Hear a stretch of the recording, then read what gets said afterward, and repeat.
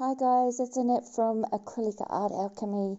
I have sort of discovered a bit of an oil slick effect while I was trying to work out how to do a black pillow, but have it not eat into my colours as it dried.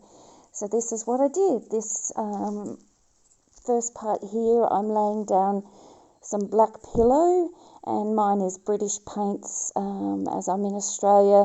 The hardware store made it up. It's a colour called Black Ace. I was finding that the black sort of took over the interference colours as it dried. So what I've come up with is this. I use untinted house paint, and in my case it's Taubman's, mixed with Jo Sonja Gloss varnish as per the description box below. And I've mixed it up slightly thicker. The idea is that it's going to act as a bit of a barrier as it dries, because it'll dry clear so that the black won't eat into the other colours. I'm using this little pigment colours, or TLP we commonly call them. This first one is Macaw. It's a duo, a green, indigo, and sometimes it gives a little bit of a bluish colour as well. Next is TLP Glisten, which is another duo, a duo blue-green. Then I'm using a TLP ball gown, which is a gorgeous interference gold. And the last colour I'll be adding is TLP Twinkle, which is a duo blue-violet. When this dries, the colours should be quite intense against the black. That's the last one going on there. And then I used Amsterdam Blue Violet Permanent and Amsterdam Deep Gold mixed with Australian Floetrol as my cell activator. I'm putting it on the back of a small palette knife and swiping across from one side to the other in a sort of swooping motion, not pressing too hard, otherwise you go into the paint. That's the gold just going on now. And here we go with a swipe. You're just sliding across the top.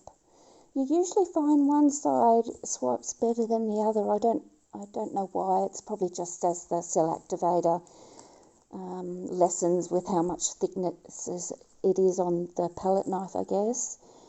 Now I'm just tipping off any excess and trying to find a little bit that I liked.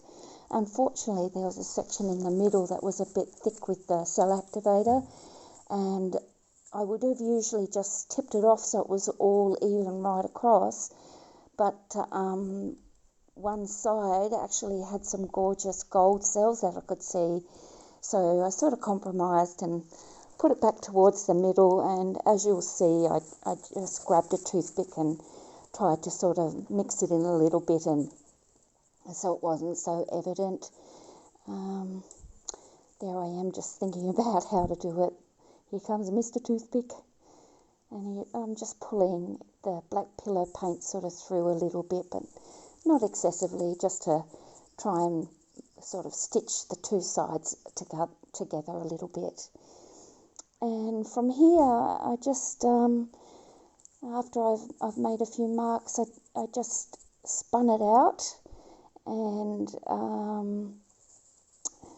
got the excess paint off, and I'll add a little bit at the end of a close-up. It looks sort of a bit violet, but when it dries like the oil slick effect at the start of this video. So I'll just speed up that last little bit, and I'll show you the end result in just a second. There's not much to do when all I can is thinking about you. Not doing well, don't know where you are, 'cause you're not here. It's been way too long. If I could lay down beside you, I would.